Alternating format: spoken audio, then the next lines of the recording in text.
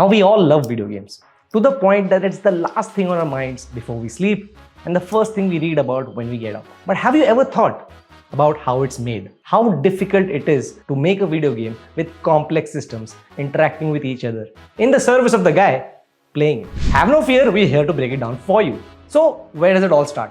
It probably starts on a blank white screen where writers jot down in broad strokes what the game is all about. The story elements, core gameplay mechanics, keeping in mind the intended audience. You probably don't want to have too much blood and gore for a game meant for kids. Once that out of the way, concept artists, 3D modelers get into the picture. In line with the decided art direction, yeah, it's actually a thing, they come up with concepts and early 3D models, which give shape to how the game is going to look. This kind of really sets the tone and the vibe. In the interest of keeping this video short, I'm trying not to get into too much detail, but do have a look at this timeline.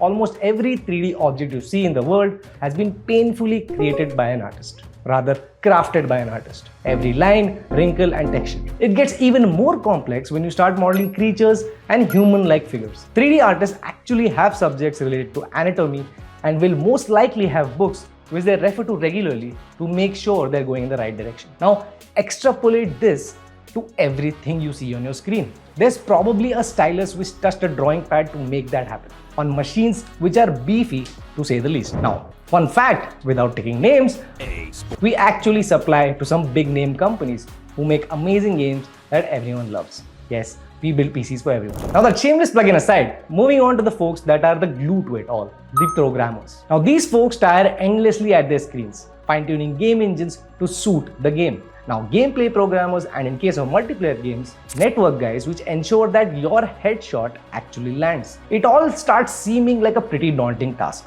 putting everything together and making sure it works right every time. Now imagine a game like City Skylines. The programmers had to put the weather, traffic, natural events, how the city evolves over time based on the choices you make.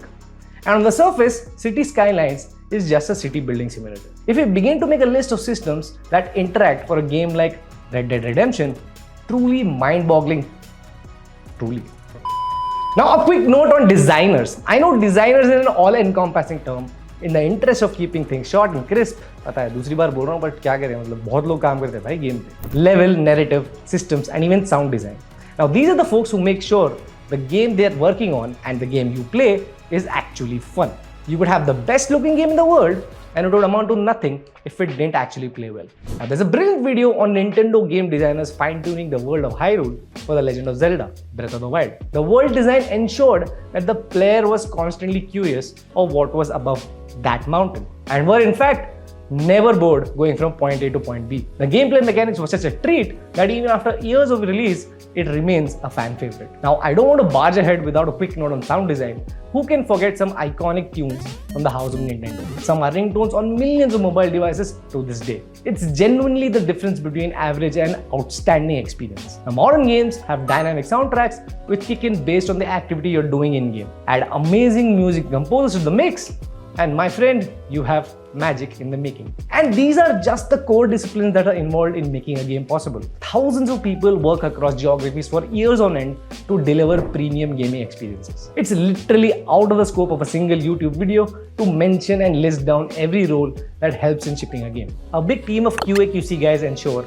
that there are no bugs and game-breaking issues shipped with the game. They actually deserve much more credit than they usually get. Imagine playing a semi-finished game on different hardware with different configurations so that it doesn't break over and over again, testing edge cases which most players may not trigger in the service of making the game that much more perfect. पर मैं ये सब ज्ञान क्यों बांट रहा हूँ? क्योंकि ज्ञान बांटने से बढ़ता है and honestly, game devs deserve some praise for shaping pop culture across the world for many generations now. They do get criticized every now and then for shipping absolute garbage, and trust me, they do sometimes. However, there are very few people who understand the multidisciplinary and multi-year effort that a game goes through before you press that X button. Going past the intro menu, yeah, press F for respect, guys. And in case you didn't realize, it's time for my shameless plugin again. We build and ship amazing custom PCs across the length and breadth of India, having 4 stores in Hyderabad, Gurgaon, Bangalore and Mumbai. We feel proud that we've indirectly contributed to some of the amazing gaming experiences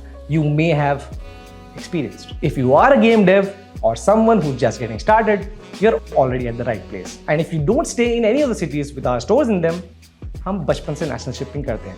piece.